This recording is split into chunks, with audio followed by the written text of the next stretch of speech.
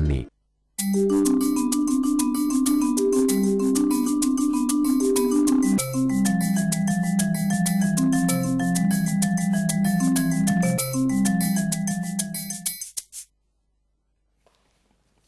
Buongiorno e come sempre ben ritrovati con ore 13, siamo in diretta, buon venerdì a tutti quanti, vi ricordo il numero telefonico per intervenire 049 4906 054. Allora, siccome hanno detto che questo weekend sarà molto freddo, parliamo di cosa? Qualcosa che ci riscalda, parliamo dell'IVA che ci renderà molto felici se aumenterà, perché le prospettive non sono così rosee, si parla di un'IVA addirittura al 26,5%, se non addirittura al 25,6% e il 26%, insomma c'è molto da preoccuparsi. Ne discutiamo il tutto con, abbiamo il piacere di avere in studio con noi il fuggitivo, e perché? Perché a un certo punto ci lascerà, poco prima della chiusura, il professor Alberto Lanzavecchia, docente di economia dell'Università di Padova, benvenuto. Grazie a voi tutti. Qualcuno che ci fa i conti, perché insomma, responsabile dell'area fiscale di Confesercenti del Veneto Centrale, Simone Bagliello. Cosa vuol dire Veneto Centrale?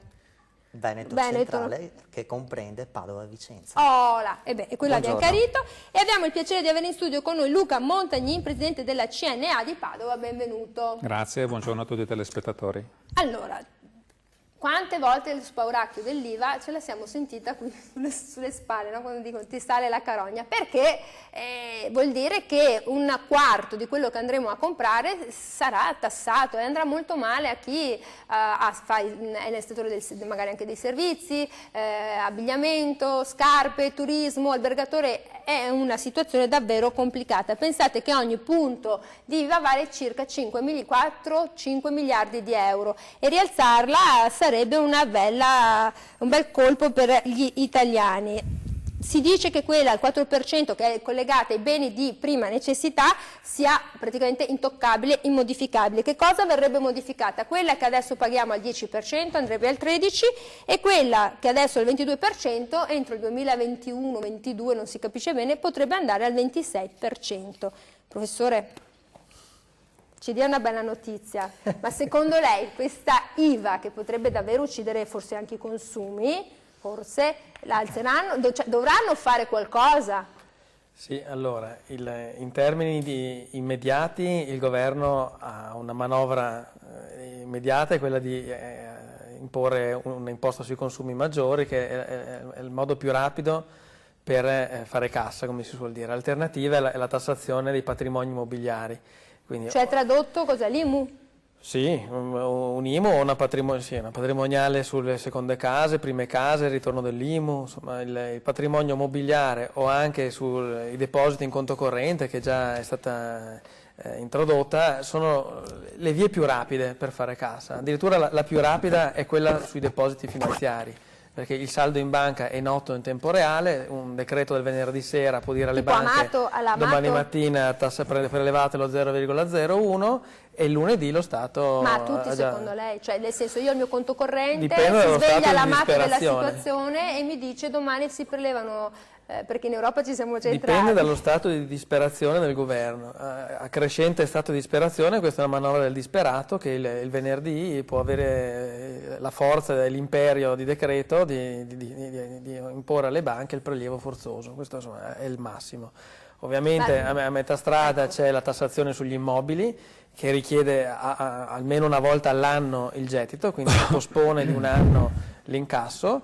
E diciamo tra l'oggi e l'anno è l'imposta sui consumi, perché tutti i giorni facciamo la spesa, tutti i giorni chi più chi meno compra qualcosa e quindi tutti i giorni, poi in realtà è il mese successivo, ma qui ci sono aspetti tecnici, insomma ha una progressività di incasso maggiore che fa sì che nell'immediato, quindi già nell'arco del mese successivo, si ha i primi benefici.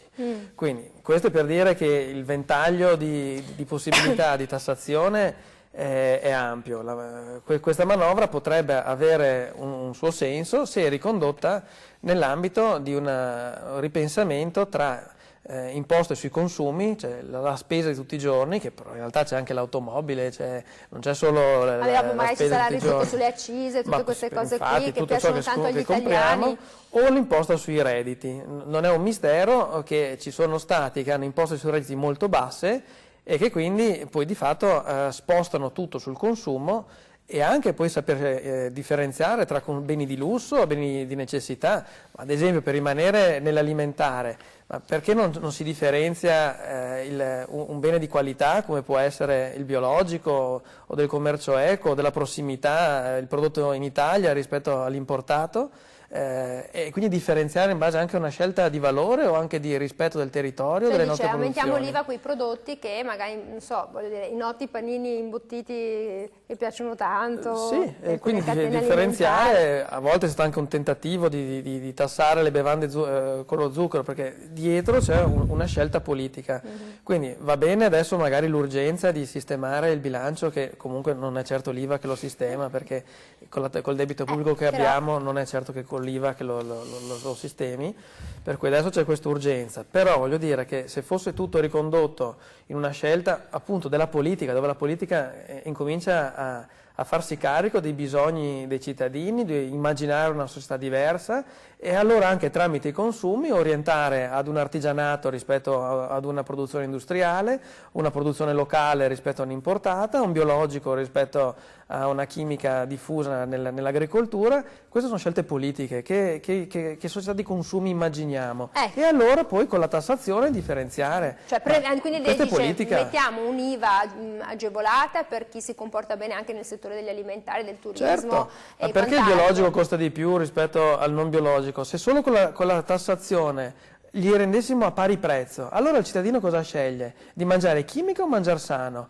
Certo che attualmente il cittadino dice però il mangiare biologico mi costa 3 euro al chilo tal prodotto, l'altro prodotto mi costa 1 euro, cari miei, uno deve fare i calcoli, come ecco, la tassazione potrebbe dire a parità di prezzo cosa scegli? Cioè, purtroppo è anche così, no? La famiglia deve fare i conti, perché poi, caro Simone Baliello, se mi aumenta l'IVA le famiglie si ritrovano una mazzata da circa 600-700 euro, non si riesce ancora bene a calcolarlo. Allora, al primo aumento dell'IVA siamo nel 2011, poi siamo ancora nel 2013 quando si stava bene, forse non ancora perché nel 2011 eravamo già reduci da un sacco di problematiche, per voi Confesercenti che cosa significa? Allora, per noi Confesercenti che seguiamo commercio, servizio e turismo, l'aumento dell'IVA è proprio è un aumento inaccettabile, in quanto l'IVA, essendo un'imposta indiretta, colpisce i consumi. Non è un'imposta diretta che colpisce il reddito, quindi colpendo i consumi colpisce il consumatore finale, perché essendo un'imposta sul valore aggiunto del bene, nella filiera commerciale, bene o male, l'impresa sì ne risente, però si adegua all'aumento. Chi è proprio colpito è il consumatore finale, le famiglie. Quindi uno studio di Confesercenti con questo aumento dell'IVA a livello nazionale praticamente ci sarà nel prossimo biennio una riduzione della spesa di 10 miliardi, circa 200 milioni di euro per le famiglie padovane. Ma lei dice riduzione di spesa anche perché penso sì, gli italiani si curano anche di meno perché tutto costa di più, quindi anche un problema importantissimo di ricaduta sanitaria, ad esempio, perché se io mangio male perché mi aumentate l'IVA, poi mi ammalerò di più forse, no? Certo, però anche una diversificazione, l'aumento dell'IVA dà anche una diversificazione del consumo, in quanto il consumatore finale sceglierà beni di primaria necessità oppure di quelli che ha bisogno e quindi di conseguenza i consumi vengono anche un po' diversificati. La vostra paura più grande qual è? Cioè, qual è il settore che per voi insomma, potrebbe camminare davvero sulle uova? Il settore sono, tanto per dire, settori come abbigliamento, calzature, sono tutti settori che praticamente non necessitano, offrono beni di non primaria necessità. Quello che, volevo poi sottolineare che nel 2013 abbiamo avuto l'aumento dell'IVA dal 21 al 22%, quindi un punto. Ok, ci può anche stare. Ora si sta parlando dell'imposta dell'aliquota al 10%, che è quella agevolata, che dal 10 passa al 13, e poi nel 2020 l'aliquota ordinaria del 22 passerà al 25,2 e dal 2021 al 26,5. Sono dei dati allarmanti, sono dei dati super allarmanti, in quanto ci sarà una stagnazione dei consumi e di conseguenza anche il comparto commercio, servizi, prevalentemente anche turismo, perché dobbiamo ricordare che il turismo ha il 10% di aliquota. Cioè i servizi che ci girano attorno? E tutti i servizi che ci girano attorno, pensiamo a tutte le attività ricettive, pensiamo al semplice bar rionale piuttosto che alle grandi strutture di ristorazione. Quindi che poi alla fine sono queste le attività che ancora sopravvivono, la ristorazione, però con questi aumenti avranno dei... Sì, senza contare poveretti, quelli che hanno anche i negozi, gli affitti, perché io dico sempre che ogni città dovrebbe proporre una sorta di equo canone per chi ha i negozi, perché poi dopo le vetrine si svuotano, c'è proprio il problema della sicurezza, e anche lì ce ne sono tante da dire. 049 49 06 054, cosa pensate? Pensate che questa IVA possa aumentare, e che se aumenta che cosa succederà? Pensate anche voi di spendere meno? Ce lo dite dopo la pubblicità, e dopo la pubblicità sentiamo Luca Montagnin, presidente di CNA Padova. A dopo!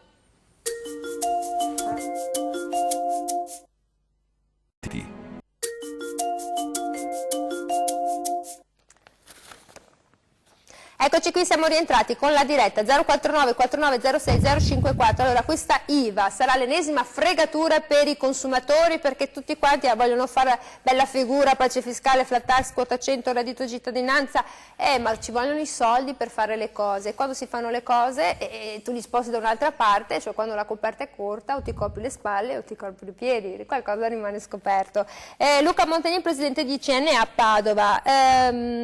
L'IVA che potrebbe incombere sulle famiglie italiane potrebbe essere di circa 600 euro per il primo anno, sugli imprenditori di circa 857 euro. Andrebbe peggio alle famiglie residenti in Lombardia, poi a chi risiede in Trentino Alto Adige, perché addirittura sarebbe di 658 euro e 654. Cioè va sempre male anche agli imprenditori, a chi ha un'attività. Cioè, già voi lavorate, dite 7 mesi all'anno con un socio occulto. Assolutamente sì. Cosa vorrebbe dire per voi questo aumento dell'IVA? Ma allora, purtroppo mi trovo d'accordo con il professor Lanzavecchia che c'è uno stato di disperazione qui al governo, perché voler dire di aumentare l'IVA con questi punti qua vuol dire mettere in ginocchio ancora di più le imprese, non solo le imprese ma anche il cittadino finale, ma in particolare anche le imprese, perché non tutte le imprese con l'IVA è un giro di partita. Tante volte dobbiamo incamerarci questi punti in più e abbassare ancora di più la marginalità, che purtroppo è molto poca in questo momento qua. Ecco, per cui credo che vada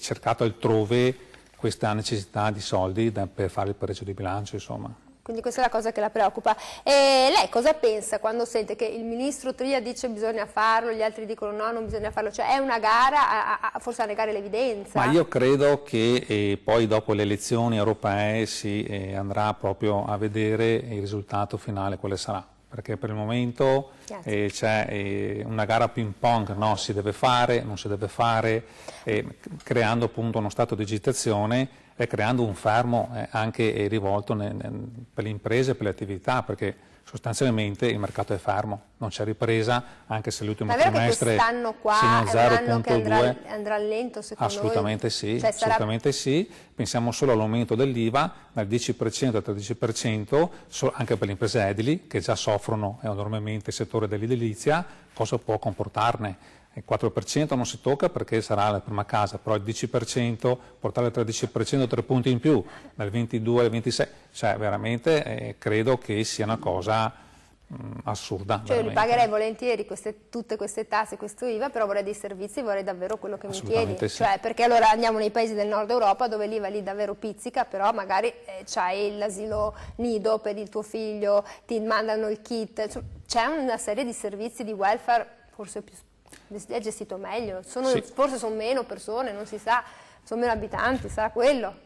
Ma oggi l'imprenditore che fa impresa, per cui è rivolto anche al mondo dell'innovazione, è comunque disposto ad investire e pagare se, come diceva lei, a fronte di un investimento di qualcosa che pago in più, comunque mi ritorna un qualcosa in più. Servizio. E abbiamo visto che con la fatturazione elettronica, cosa che si pensava che servisse per eliminare l'evasione, non ha servito a niente. Per cui, però le nostre imprese, con sforzo, con fatica, perché si sono accollate i costi di questi passaggi con sistemi informatici e altro, con tanta educazione e rispetto di tutti, hanno portato avanti e sta funzionando abbastanza bene, insomma, ecco. Beh, cioè, però, loro quelli che hanno lo scontrino perché sparisce a luglio, allora a luglio vedremo cambiare tutte le casse. Assolutamente, sarà un altro problema. Prendo la telefonata, no, perché anche a luglio bisogna cambiare le casse, non ti danno più lo scontrino come una volta. Pronto, buongiorno. Buongiorno, Claudio da Padova. Buongiorno, ci dica.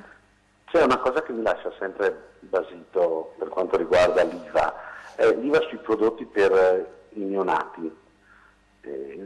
Faccio veramente fatica a capire perché il latte in polvere abbia una tassazione del 22% e il latte vaccino al supermercato al 4%, mi pare, sì. Non abbia il 10%, neanche abbia il 4%. E così i pannolini per i bambini, anche gli assorbenti per le donne, sono tutti prodotti che non capisco per quale motivo debbano avere questa IVA di lusso, diciamo. L'IVA di come lusso. il riscaldamento, come il gas per il riscaldamento. Dice, sarebbe bello anche capire cosa stai pagando al 10, cosa paghi al 22, perché c'è una confusione sul gas ad uso domestico e il gas ad uso al scopo alimentare. Metri cubi. Ecco. Ah, bene, allora, signor Claudio, io la ringrazio. Allora, 049 4906 054, dite anche voi la vostra. Allora, abbiamo sentito questa IVA di lusso su cose che ovviamente dice parlo dei bambini. Allora, Presidente della CNA, sui bambini, visto che dicono in Italia si fanno anche pochi bambini, siamo scesi sotto la soglia quella giusta delle 500.000 unità, poi ci mettiamo tutti questi soldi, uno non fa figli perché poi l'IVA dovrebbe essere nostra agevolata, non dovrebbe esserci. Assolutamente sì, sono d'accordo con il telespettatore che ha fatto la telefonata e oltre a questo anche per quanto riguarda il problema del gas, perché il problema del gas non si riesce mai a avere una bolletta chiara dicendo uno cosa ha consumato, quali sono gli importi, quali sono le IVE imposte su un certo metri cubi di consumo e altro. Ma io vedo delle bollette in luglio, agosto, magari di impianti che sono serviti da impianti solari con zero consumo di metri cubi di gas e con 40, 50, 60, 70 euro di spese comunque sopra. Da dove vengono fuori queste cose qui? Ma io vorrei capire qual è il gas che io pago per mangiare e dove sto pagando l'IVA. Allora, professor Lanzavecchia, io non capisco, cioè devo chiamare chi l'ha visto, Lasciarelli, dobbiamo richiamare indietro una sonda Voyager che ha oltrepassato i confini conosciuti per sapere nel 2019 come sto spendendo i miei soldi. Allora il telespettatore ha ragione, c'è un IVA di lusso anche su cose che, come lei dice, visto che lei è molto attenta all'etica e tutto, qua come siamo messi? Il cittadino non è mai stato abituato a vedere dove va il suo denaro, ma io ad esempio che sono candidato a presidente di banca etica, le banche etiche hanno anche questo obiettivo di tracciare il denaro dove va a finire, il deposito di un risparmiatore, in quale iniziativa va a finanziare. È un'abitudine che pochissimi italiani hanno, quello di dire il mio denaro depositato in banca, la banca poi a chi lo presta. E quindi ancora l'IVA che paghiamo, le imposte che paghiamo, dove vanno o cosa vanno a finanziare? Sarebbe invece, per quello torno a fare un discorso politico e non di algebra di un bilancio che comunque non sta in piedi con o senza l'IVA aumentata, perché il debito pubblico da 2.300 miliardi, l'1% sono 20 miliardi all'anno di soli interessi. Basta vedere cosa sono le oscillazioni dei tassi di interessi e non c'è IVA che lo tenga in piedi quel debito pubblico. Per cui stiamo facendo l'algebra del bilancio per stare nei parametri, il 3%, l'inflazione, quando invece la politica dovrebbe fare discorsi di questo tipo, cioè anche una tassazione pur diversa, però riusciamo anche a dire dove va questo maggior gettito, perché magari un cittadino è anche disposto a pagare l'1% in più, però poi si ritrova magari un tram in più, una linea in più, piuttosto che una pista ciclabile in più per rimanere in mobilità, oppure anche delle centrali a carbone dismesse e convertite in impianti meno inquinanti, quindi riuscire ad abbinare una visione di una società diversa, che necessita quindi anche di capitale per poterla modificare, e questa è la politica. Ma la politica, quindi lei me la sta proponendo con una parola che è molto cara qua in trasmissione, la programmazione, che come sempre l'Italia vince i rigori. C'è sempre il tema di fondo, è qual è il fine e qual è il mezzo, perché se noi immaginiamo anche dei consumi diversi, e quindi quello che si diceva prima, un consumo di qualità rispetto a un industriale, un consumo di prossimità rispetto a un importato, ma anche un'edilizia di qualità rispetto a un'edilizia alla vecchia maniera. È possibile che l'IVA sia la stessa, ma riusciremo a fare in modo che la politica dica il nuovo si fa in un certo modo e l'IVA è zero. Il vecchio modo di costruire, l'IVA è al 30, ma un cittadino a questo punto sceglie, vabbè, è vero che costa di più la qualità, ma non ci pago l'IVA, e ritorniamo, bisogna avere le visioni, bisogna tornare a capire i fini e quali sono i mezzi. Chiameremo qualche santo, poi questa è la città del santo, chiameremo qualche santo che ci illumina, parecchi santi, Leopoldo, Santa Giustina, proprio il santo Sant'Antonio. Pronto, buongiorno. Buongiorno. Prego. Scusi, io vorrei far presente che ancora 40 anni fa i sindacati si sono messi d'accordo di mettere le trattenute nella busta paga o nella pensione, e praticamente fatto questo non si doveva più pagare niente nell'ospedale, nell'autobus, perché era tutto messo nella busta paga. Adesso la busta paga è l'ultimo trattenuta, hanno messo l'IVA, hanno messo tutte queste tasse più fuori della busta paga. Come la mettiamo con questa cosa? C'ha ragione guarda che smazzamento di soldi, ma questo era qua poi verso poi il weekend anche. Allora, caro signore, noi le facciamo dare una risposta dopo la pubblicità, 049 4906, e chi ne ha mai visti quei soldi di color giallo, quei verdi, vabbè, sì, viola non c'è più, perché sappiamo che è stata bandita come moneta, no? Perché si diceva che era tendenzialmente legata alla costruzione, non la stampano più, ci tolgono il rame, ci tolgono il viola, vabbè. 049 4906 054, noi torniamo dopo la risposta, dopo la pubblicità, diamo una risposta al signore sulla sua trattenuta, dice ma come 40 anni fa i sindacati. A dopo.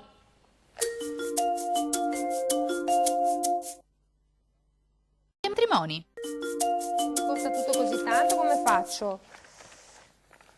Stavamo protestando durante la pubblicità. 049 4906 054. Simone Bagliello, allora il nostro telespettatore ha detto che ci ha chiamato, io 40 anni fa con la mia busta paga pagavo tutto quanto quello che c'era da pagare, perché alla voce trattenuta mi veniva trattenuto, anche forse lì si poteva dire l'ira di Dio, perché riuscivo ad avere i miei servizi. Oggi non basta più, perché poi c'è la CISA, poi c'è l'IVA, c'è questo, c'è quello, e c'è questo e c'è quello, le clausole di salvaguardia comunque probabilmente scatteranno se non troviamo questi soldi.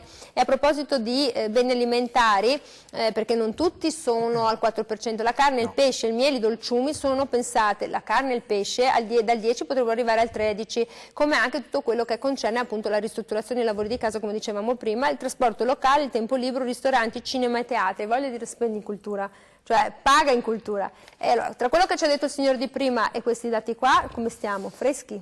Perché non ci andiamo neanche più il gas. No, allora mi rifaccio anche alla puntualizzazione del primo spettatore che dice ok, il latte per bambini è più caro del latte normale. Se noi vediamo tutte le varie aliquote, no? Il fisco ci ha ragionato bene dietro le aliquote IVA, in quanto tutto quello che è elaborato, entriamo nel campo alimentare, subisce un'IVA diversa.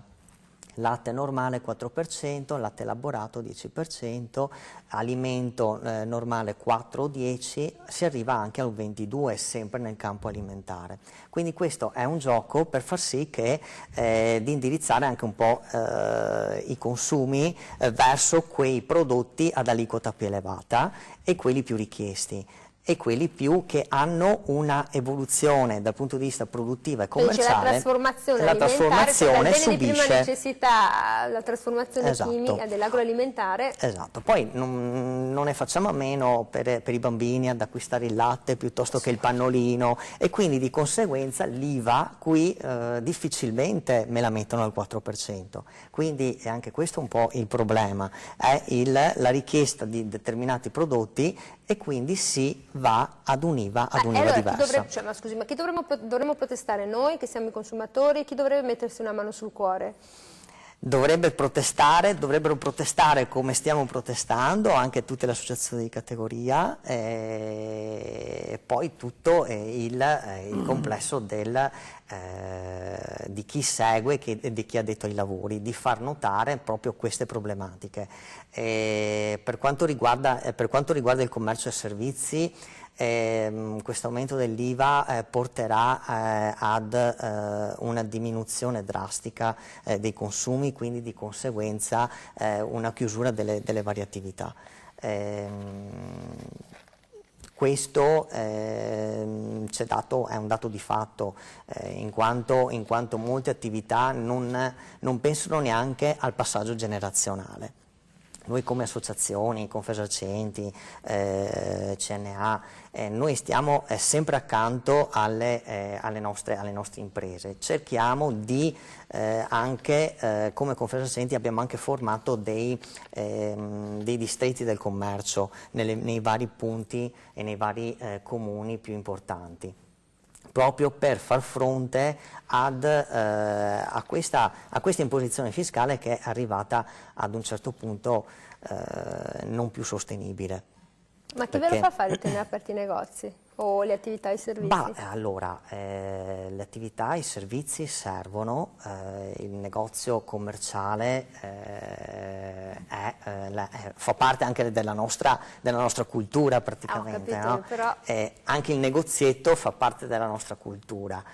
Stiamo un po' deviando con la grande distribuzione, però l'avere Padova piuttosto che Vicenza, piuttosto che l'importante comune provinciale in cui c'è una simbiosi tra i vari commercianti e le varie attività di servizi, dà anche una certa attività.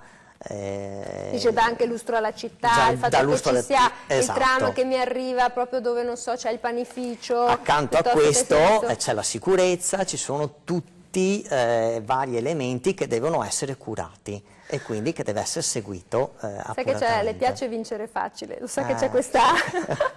le piace vincere facile. Quindi noi sosteniamo, noi cerchiamo di portare i vari centri commerciali all'aperto, chiamiamoli, per differenziarli dai centri, dalle strutture organizzate commerciali, quindi i centri commerciali normali. Cerchiamo di avere un centro commerciale all'aperto.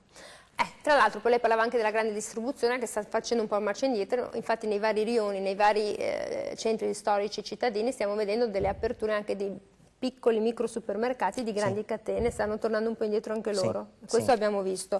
Allora vedo il professore Lanzavecchi, allora 049 4906 054, teoricamente la tassazione sui consumi potrebbe essere favorevole alla crescita perché potrebbe avere due effetti positivi, dicono alcuni studiosi. Nel breve periodo ridurrebbe il carico fiscale spostandolo sui consumi, cioè avrebbe un effetto di svalutazione valutaria. Cioè, d'accordo? Perché l'IVA pagata sui beni prodotti in Italia sarebbe invece un'IVA, diciamo, diversa dei prodotti importati dall'estero, mentre le imposte sul lavoro graverebbero solo sulla produzione interna. Lei è d'accordo?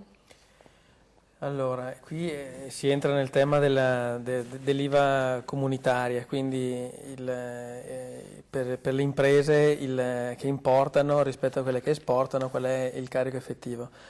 Per tornare, molto semplice, c'è un passaggio di sintesi dei due rappresentanti tra CNA e Confesercenti che forse al cittadino può essere chiaro riprendere. Fate l'esempio di un panino che ancora non ho preso, andrò fra un po' a comprare, costa 5 euro. Quindi se aumenta di un punto percentuale l'IVA, vuol dire che in teoria il bar dovrebbe da domani farmelo pagare 5,05. Ora è evidente che non farà il panino a 5,05 e quindi cosa succede? Che alle esercenze, che continuerà a farmi pagare il panino a 5 euro, ce li mette in tasca sua. Alla grande distribuzione invece, quando andiamo a fare la spesa, pensate dalle verdure o qualsiasi prodotto, è normale pagare con le virgole, no? 3,47 euro abbiamo pesato la frutta e verdura piuttosto che i prodotti. Oppure torniamo all'abbigliamento, un paio di pantaloni 50 euro, aumenta di un punto percentuale, dovrebbe diventare sono 50 centesimi in più, ma non faranno 50 euro. Dovrebbero fare 51? Quindi cosa può succedere? Ed ecco il punto che ci interessa. Ci sono alcuni operatori che ce li mettono in tasca propria perché non possono, non è anche né pratico né possibile aggiungere le virgole. Quando paghiamo le bollette invece di virgole ne abbiamo di tutti i tipi, quindi si paga l'imponibile più l'IVA e alla fine paghiamo il conto. Altri imprenditori, come un po' era successo col cambio dell'IVA, dell'euro, arrotondano a 51, però non è neanche detto che io vado a comprarmi il panino a 6 euro, però poi è l'altra alternativa.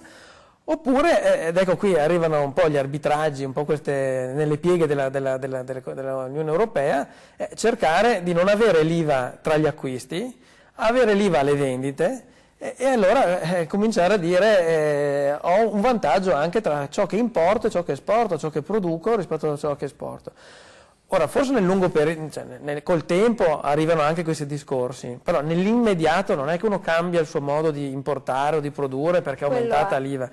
Sono effetti che si avranno nel tempo, perché quando andate a comprare un biglietto in un'agenzia online, non pagate l'IVA, Ryanair non vi fa pagare l'IVA. Qualunque altro operatore vado in via tal dei tali a prendere il servizio di trasporti dell'agenzia di viaggi italiana e mi fa pagare l'IVA. Quindi vado a fare l'acquisto online, IVA esente. Compro nella bottega che mi tiene aperto in centro e paga un'impiegata, deve pagare l'IVA e mi viene a costare di più. Ecco, alla fine arriviamo a fare anche queste competizioni con l'IVA europea o l'IVA italiana, allora vado a comprare all'estero e l'IVA non è dovuta. Questa IVA selvaggia chiaramente perché... Per alcuni servizi non è banale, perché quando comprate online, per come è il nostro sistema di concorrenza sleale del Lussemburgo e altri paradisi fiscali, come li definisce Oxfam, mandate allora tutto l'e-commerce va a svantaggio delle botteghe che l'IVA la devono pagare fino all'ultimo 23-26% fino all'ultimo. Più le bollette, più tutto, adesso ce lo racconto. Quindi non è banale insistere su questa diciamo che se lei scelta. dovesse arrivare alla presidenza in campagna, tra virgolette, così, di banca etica, magari le regaliamo una bella schiscetta, così non si pone più il problema se il panino costa 5,5. La prima cosa che farei al governo è ristrutturare il debito pubblico, perché se non si agisce all'origine di tutti i problemi non si capisce perché continuiamo a raccattare un punto percentuale da una parte, l'IMU dall'altra, stiamo raccattoni, siamo gli accattoni e non riusciamo a pagare i 60 miliardi all'anno di interessi. Quindi insomma, avete capito, se gli regaliamo qua in diretta una schiscetta, perché il problema del panino a 5,5, 5,10 a 6 euro, non è banale, sono problemi fondamentali. Vado a prendere la materia prima, IVA al 10, mi faccio il panino a casa. Il docente di economia Alberto Lanzavecchio. Anche al 4. Perché dipende poi se dopo dentro ci vuole la strisciata di latte. No, ci faccio mozzarella e crudo di Montagnana. Ecco, allora io intanto saluto Alberto Lanzavecchia, docente di economia, che ci lascia virtualmente adesso perché è impegnato, le auguro tanto in bocca al lupo. Grazie a voi e a tutti i telespettatori. Sta andando bene? Sta andando benissimo, stasera siamo a Mestre e a Treviso, domani a Roma, è una bellissima campagna elettorale perché è un bagno di cittadini semplici che vogliono capire come funziona una banca, dove va il denaro e cosa si può fare con i propri risparmi, non lasciare al disinteresse totale. Sono le domande contenute nel quarto mistero di Fatima. Ecco, noi siamo il quinto. Allora, io vado in pubblicità 049 4906 054, a dopo.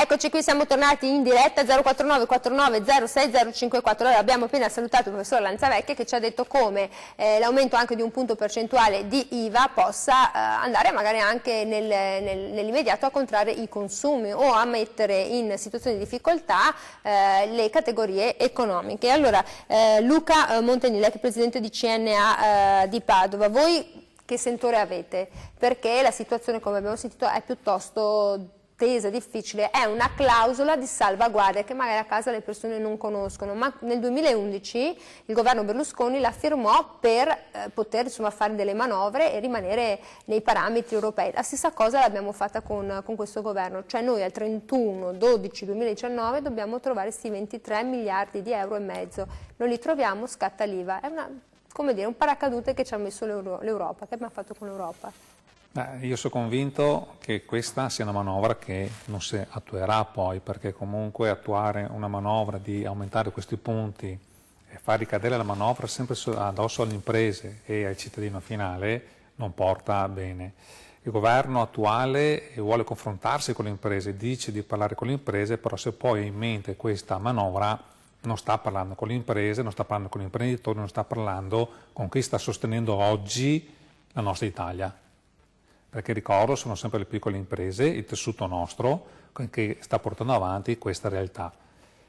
E per cui io mi auguro che il governo voglia parlare e confrontarsi con le imprese prima di proprio decidere se dovesse essere necessaria questa manovra. Se così sarà, non credo che noi come associazione staremo fermi a vedere quello che succede, insomma, ci metteremo in moto, ci attiveremo per cercare di contrastare ancora una volta questa manovra che va a penalizzare poi il lavoro delle nostre imprese. Ma lei ha paura che ci possa essere una seconda delocalizzazione? C'è stato un periodo in cui grandi imprenditori, aziende italiane se ne sono andate oltre Alpe perché costava meno. Per esempio, se io volessi andare non so, a Lussemburgo, a Malta, pagherei un'IVA, diciamo quella ordinaria, quella standard, chiamiamola così, del 17-18, massimo 19%. Me ne voglio produrre qualcosa di ancora meno caro, me ne vado alle Canarie dove l'IVA ordinaria è il 7%, cioè ancora meno di quella ridotta. Certo. No, lei pensa che potrebbe accadere che qualcuno proprio si stufi e dica così? Dice bene lei. Allora, dobbiamo fare c'è una distinzione, imprese di prodotto e imprese di servizio. Imprese di prodotto si riesce a lavorare con l'estero, ha tutto l'interesse a delocalizzare, perché comunque IVA e tasse sono minori su altri paesi rispetto al nostro paese Italia. Chi viene penalizzato ancora di più sono le imprese di prodotto che lavorano col tessuto italiano e imprese di servizi che lavorano col tessuto italiano, specialmente nei territori locali. Queste imprese qui purtroppo non hanno sbocchi verso l'estero, non hanno sbocchi su paradisi fiscali o quant'altro, che sono più rivolti a grandi imprese e sono quelle che soffrono di più e paradossalmente sono quelle che tengono in piedi l'Italia. Per cui deve essere un occhio molto attento rivolto a queste imprese di prodotto nel servizio e di prodotto nel tessuto italiano piuttosto che quelle che vanno all'estero, perché abbiamo visto prima l'IVA estera con l'IVA italiana, c'è comunque differenza, c'è un accredito di IVA, ci sono partite di giro, comunque qualcosa si riesce a fare, anche se poco, perché comunque è sempre molto alto la pressione fiscale, però quelle che soffrono di più oggi sono le imprese di servizio, le imprese che lavorano nel territorio, che producono nel territorio e che lavorano con il territorio. E la concorrenza sleale, perché abbiamo sentito prima il professore ci raccontava, per esempio se io devo acquistare un biglietto aereo, se vado in un'agenzia, l'agenzia lo sa bene anche Baliello, deve pagare la tassa, deve pagare l'impiegato, pagare la luce, l'acqua, le utenze domestiche, tra l'altro per un'azienda di servizio o un negozio costano più che le utenze domestiche di una casa. Assolutamente allora, sì. come si potrebbe ovviare a questa problematica? Perché è giusto che il cittadino possa risparmiare, ma non sulle spalle di chi insomma, è l'ossatura italiana, piccole e medie imprese, servizi. Diciamo che purtroppo certe volte il cittadino si fida appunto perché vede un risparmio molto facile a questi siti internet piuttosto di andare a confrontarsi con una realtà che è nel territorio, purtroppo poi prendendo delle fregature perché magari si accorge che poi arriva una scatola vuota piuttosto che altro. Allora Il sistema, secondo me, sarebbe che il cittadino si rivolga ancora alle strutture nostre, però da parte delle strutture nostre dovrebbe esserci un aiuto da parte del governo di cercare di ridurre questa pressione fiscale che c'è attualmente, o questa, tra virgolette, minaccia di voler aumentare l'IVA, per cui non bene fa sicuramente né come agitazione né come una fiducia che può esserci di voler riprendere e di avere degli investitori che vengono al nostro paese. Anche perché non si capisce niente. Un giorno Tria dice sì, la facciamo, l'altro dice no. Sembra il gioco delle tre carte, tutti vincono, tutti perdono. Pronto, buongiorno. Pronto? Buongiorno, Sina. Buongiorno dottoressa e buongiorno ai suoi gentili ospiti. Buongiorno. Allora, l'IVA. Ci chiediamo perché la gente evade. Se fai una spesa di 5.000 euro, magari mettere anche a posto il bagno, e dopo c'hai il 22% di IVA, è chiaro che cerchi di fare in nero perché non li hai, è quasi in metà.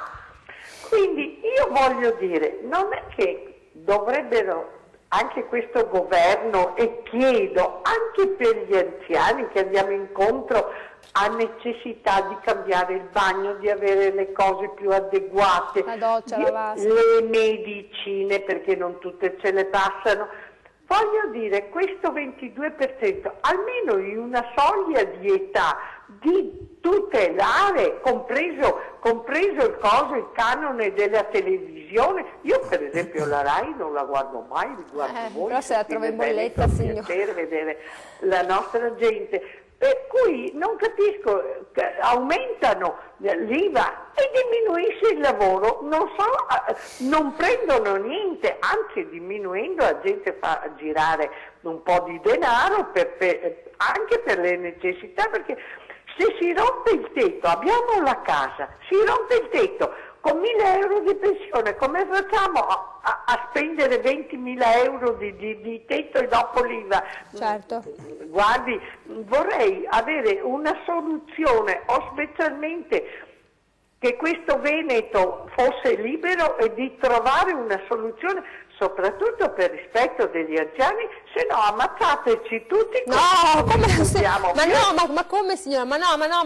Allora, intanto la ringrazio per il suo punto di vista. 049 4906 054. Tra l'altro, l'altro giorno abbiamo parlato di risparmio energetico e tutto. L'Italia è al 7° posto in Europa per il problema delle case umide, quindi anche le persone vivono in case poco salubri proprio perché non ci sono i soldi per aggiustarli e sistemarli. Allora, Simone Bagliella, ho sentito anche la nostra telespettatrice, sì. Qua sarebbe anche Montagnino, no? Perché più facile, pago in nero, perché se devo pagare 2.200 euro di 2.000 euro di IVA, pago in nero.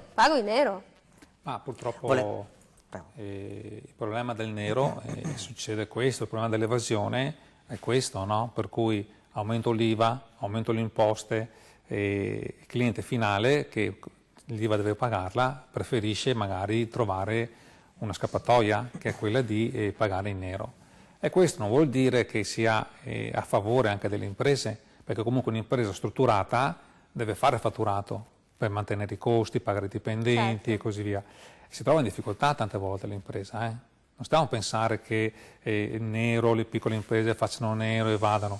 Cioè, le imprese vogliono lavorare, vogliono essere in regola, anche perché nei giornali non mi sembra di vedere sempre piccole imprese che fanno nero, ma vediamo altre imprese, altre realtà, per cui io ritorno a dire, nel tessuto, specialmente nel Veneto e di Padova, dove io rappresento come associazione categoria, sono imprese che hanno voglia di lavorare, di mettersi in discussione, di pagare le tasse eque, IVA giusta, per andare avanti, creare un tessuto, creare innovazione, creare opportunità di lavoro e benessere sul nostro paese, sulla nostra città. Sgravi su chi dà lavoro, sgravi sul salario, certo, sgravi sul costo del lavoro, che l'Italia non è messa bene. Allora, Bagliella, ho sentito anche la telespettatrice, è più o meno quello che succede da un certo punto, quando succede che c'è l'evasione fiscale, se ne parla per un gran periodo, si punta il dito su chi lo fa lo scontrino della discordia, è sempre così, no? È colpa vostra, è colpa del chirurgo plastico, è colpa dell'orefice che dichiara 7.000 euro all'anno, scusate, cioè. Ma non è la colpa della mancata emissione del singolo o di più scontrini fiscali. La fatturazione elettronica, come diceva il Presidente Montagnin, non ha evitato l'evasione. non la si faceva prima la fattura, non li si fa ora con la Non fatturazione cambierai elettronica. il tuo registratore di cassa il Esatto, 1 di luglio, figuriamoci. esatto. Dal 1 di luglio o dall'1/1/2020 il registratore di cassa, lo scontrino sarà telematico, quindi comunicheremo giornalmente all'Agenzia delle Entrate la chiusura del registratore di cassa, quindi lo scontrino. Però se non lo faccio non lo facevo prima e non lo faccio neanche adesso. Allora questo non è il problema, dello scontrino o della fattura. Il problema che la signora poi ha proprio centrato proprio la questione qual è? Vogliono aumentare l'IVA. Noi come anche associazione non vogliamo che venga aumentata l'IVA, addirittura con l'introduzione della flat tax, in quanto la flat tax presuppone aliquota al 15 o al 20, poi qui si sta facendo molta confusione, però sicuramente una buona percentuale, se non la totalità degli oneri detraibili e deducibili vengono azzerati. Quindi non è più un 15 o un 20%, però arriviamo a un 30, un 35%, perché se aumentiamo la base imponibile, togliendo tutte le detrazioni, praticamente l'imposizione fiscale aumenta. Quindi se poi la ristrutturazione del bagno o del tetto, come diceva la signora giustamente, non me la posso poi detrarre come spesa, a Quindi questo lei punto, dice è un modello americano. Esatto, a questo punto... Da americani abbiamo che imparare solo questo, la vergogna per non aver pagato le tasse e la detrazione. Il resto non c'è niente da imparare, ve lo dico perché proprio... Allora, io devo prendere la telefonata, però, ripeto, gli americani, quando il fatto che tu evadi è una delle vergogne più grandi, i reati di natura fiscale, economica sono veramente presi seriamente. Qua in Italia forse è dentro lo 0,3% della popolazione carceraria a questo tipo di reati. Pronto, buongiorno. Buongiorno, io vorrei collegarmi proprio al... È lei signora? Sì, vorrei proprio collegarmi a quello che ha detto il signore del CNA, sì. Che chi ha una partita IVA ha voglia di lavorare e di pagare, però io chiedo come mai c'è tanta gente con le varie leggi stabilite dai comuni, dalle regioni, che fa lo stesso lavoro di chi ha una partita IVA, non emette scontrini, però praticamente sono in regola. Io porto il caso degli ambulanti e vorrei anche, se si può, parlare proprio di un caso che succederà l'anno prossimo a Padova. Per chi fa il mercato dell'antiquariato è previsto che verranno cancellati dei posti. Però i posti per i cosiddetti hobbisti, che hanno un regolamento da seguire ma non viene seguito, non viene cambiato niente. Uno con partita IVA deve rimanere a casa, non sa più dove andare a lavorare, deve pagare le tasse, deve fare tutto quello che è inerente a un lavoro regolare. Perché questa gente non viene lasciata a casa e chi dà modo, chi ha voglia di lavorare e pagare, di fare il proprio lavoro? Perché ci devono essere sempre due binari, uno regolare dove vieni tartassato se non segui un regolamento, dall'altra parte c'è chi fa il suo stesso lavoro però non segue niente. Allora grazie, hobbista, lobbista non si capisce. No, certo, se è la terza domenica del mese in Prato della Valle c'è ma certo, era una battuta la mia, è la domenica deputata appunto all'antiquariato, poi ci saranno vari mercatini delle pulci, penso, non so, forse a Corazzola, ci sono varie cose. Effettivamente così, chi se la sente di rispondere a questa signora che è disperata? È un po' difficile perché... Lei dice, da una parte io devo stare a casa perché forse riordinano il mercato e non c'è posto per me. La signora ha pienamente ragione, dobbiamo anche un po' distinguere anche le due tipi di attività praticamente, in quanto una è un'attività imprenditoriale, chi ha la partita IVA, l'ambulante, chi fa i mercati,